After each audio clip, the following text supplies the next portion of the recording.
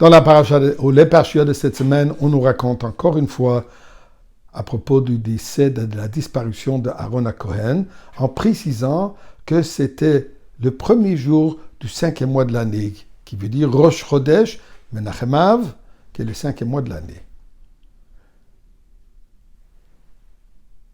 Le Sholah HaKadosh nous dit qu'une des raisons pourquoi nous lisons cette paracha à cette date, dû au fait, puisqu'on en parle de la disparition de Aaron HaKohen, reliée au mois d'Av. Mais ce n'est pas seulement une date qui relie, c'est le concept qui nous relie. Eh bien, comprenons cela de la manière suivante. Nous savons que dans le désert, Am Israël a vécu d'une manière miraculeuse.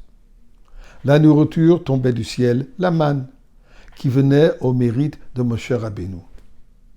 Boire l'eau, Be'era Shel Miriam, le puits ambulant de Myriam.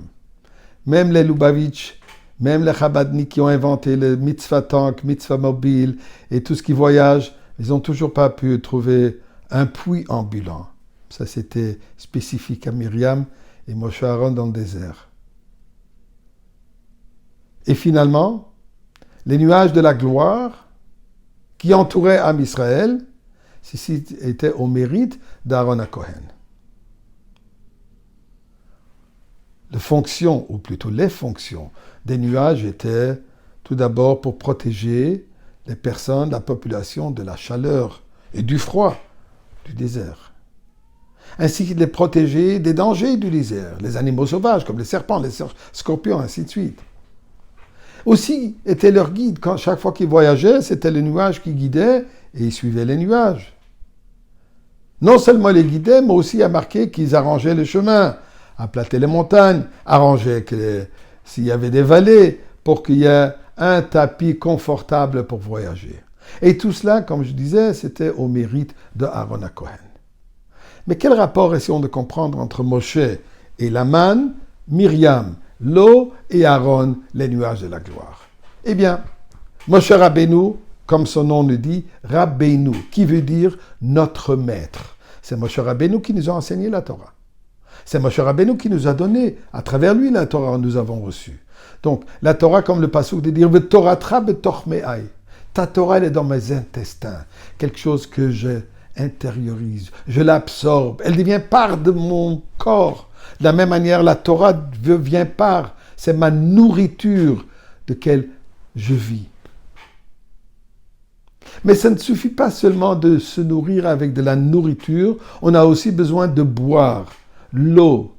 La fonction de l'eau qu'on boit est pour assurer que cette nourriture se propage dans le corps entier, que le corps entier bénéficie et se nourrit, reçoit l'énergie de cette nourriture que nous avons mangée. Donc, l'eau est là pour disséminer, pour arranger, pour assurer que le corps entier reçoit sa vitalité. Eh bien, ça c'était Myriam. Myriam, quand nous savons qu'en Égypte, pendant le décret de Pharaon, où il a décrété que chaque nouveau-né, bébé garçon, doit être tué, et Amram, son père, a divorcé Yocheved pour ne pas amener des enfants au monde, et c'est elle qui l'a persuadé de reprendre, de remarier Yocheved, et ensuite Moshe Rabbeinu il est né, et elle a pris la responsabilité pour peu importe qui sera né, je m'occupe de tous les enfants, je vais m'assurer que tout le monde soit nourri. Donc, la boisson. Mais ce qu'il y a de commun entre la manne et le be'er était qu'il y avait des différences. La manne, comme il est dit pour les tzadikim, ça tombait juste à côté de leur tente, prête à manger. Ils n'avaient pas besoin de faire quoi que ce soit. Ainsi, l'eau, le prince, le nasi de chaque tribu devait venir près de la pierre ou le puits, dépendamment c'est quoi cette puits. Il y a des opinions que c'était la pierre, d'autres que c'était un puits. On ne va pas rentrer dans cette discussion maintenant. Mais il devait arranger que l'eau de ce puits va vers sa tribu. Et chacun arrangeait que l'eau allait vers sa tribu. Donc il y a eu des différences. Tandis que les nuages entouraient tout le monde également. Moshe Rabbeinu et Datam ve'Aviram, ils étaient entourés, enveloppés de la même manière. sans aucune différence. Ça, c'était Aaron HaKohen. Comme la Mishnah de nous dire, Aaron HaKohen, il était Ohev Shalom Verodef Shalom. Un homme qui aimait la paix et qui poursuivait la paix.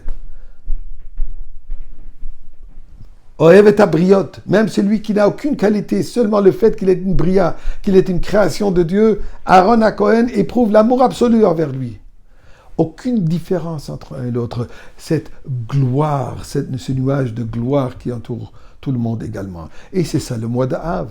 Cette période, nous devons nous améliorer, nous efforcer d'avoir plus d'Avat Israël. À tout le monde, peu importe, je le connais, je ne le connais pas, il fait part de mon groupe, il ne fait pas part de mon groupe, il fait part de ma communauté, il a une autre manière de penser, ça ne change absolument rien. C'est le moment de faire comme Aaron HaKohen. Et là, nous aurons cette nuage de gloire, le Beth Amikdash lui-même, avec Mashiach